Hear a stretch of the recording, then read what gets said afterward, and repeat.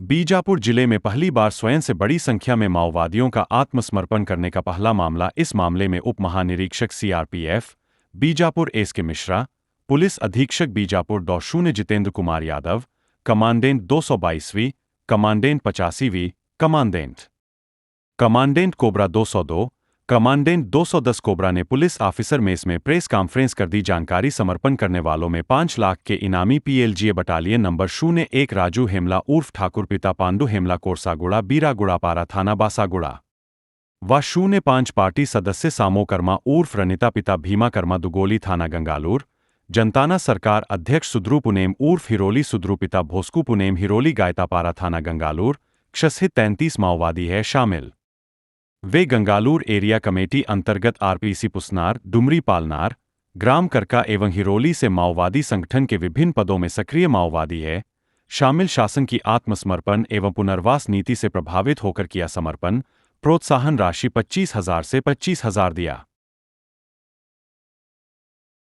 विरोधी अभियान के तारतम्य में जिला बीजापुर में 33 माओवादियों ने आत्मसमर्पण किया है।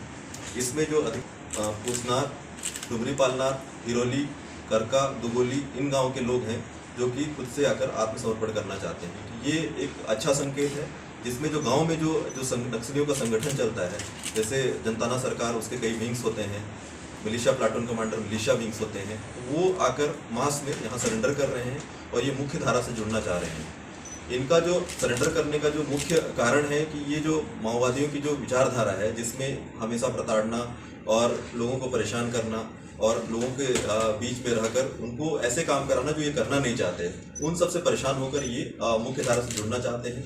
और ये एक अच्छा संकेत है जिसमें पुलिस, सीआरपीएफ, कोबरा, एसटीएफ का संपूर्ण एक योगदान है। जो नए कैंप्स खुल रहे हैं, नई सुविधाएं जो पहुंच रही हैं, रोड पहुंच रहा है, पानी, बिजली ये सब पहुंच रहे हैं, लगातार ऑफ्स चल रहे हैं। तो ये सब एक कहना चाहिए कंबाइंड प्रयास है जिसके कारण ये 33 जो माओवादी है आज हमारे सामने सरेंडर किए।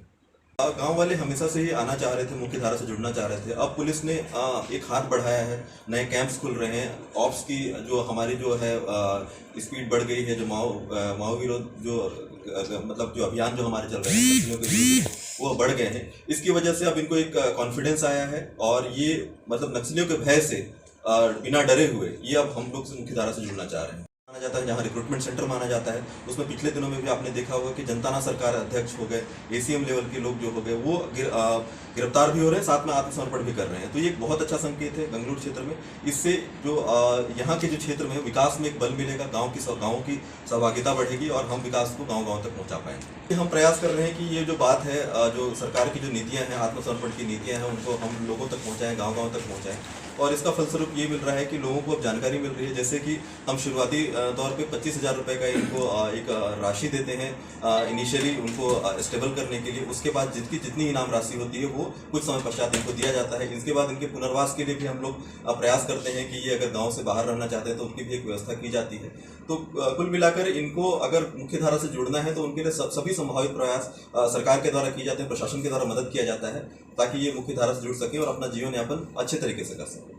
हमसे ज़्यादा तो एक गांव वालों के लिए ज़्यादा फायदेमंद है कि जो लोग हमारे मुख्य धारा से जुड़ रहे हैं उन तक ये सुविधाएं पहुंच पा रही हैं। गांव माओवादियों को नकार रहे हैं तो वहां तक डेवलपमेंट पहुंच पा रहा है। अब गांव के गांव चाहते हैं कि उनके पास जो टावर्स लगे, उनके पास में बिजली आए, उनके पास रोड आए, उनके पास पानी आए। तो इससे क्या है कि गाँव वालों को ज़्यादा फायदा मिल रहा है, डेवलपमेंट अच्छे से हो रहा है। रही बात हमारे फायदे की, तो हमारा फायदा इसमें ज़्यादा नहीं है, सरकार का फायदा नहीं है, इसमें लोगों का फायदा है। एक जो विकास की धारा जो बह रही है, विकास की धारा जो सरकार मुहैया कराना चाहती है, उस चीज में फायदा मिल रहा है, उसमें गति मिल रही है। तो ये बात है।